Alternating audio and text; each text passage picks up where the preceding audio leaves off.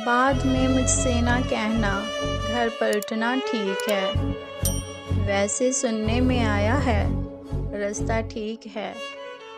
इस जहाँ खाक में हर शय को है आखिर ज़वाल।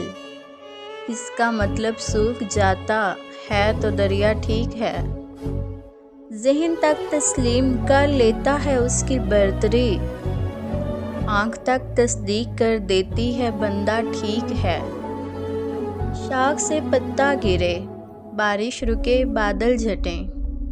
मैं ही तो सब कुछ गलत करता हूँ, अच्छा ठीक है। उसके आंसू कब्र तक पीछा ना छोड़ेंगे मेरा। मैं अगर मर जाऊँ, उसका ध्यान रखना ठीक है। एक तेरी आवाज़ सुनने के लिए जिंदा हैं हम। तू ही जब खामोश हो जाए तो फिर क्या ठीक है।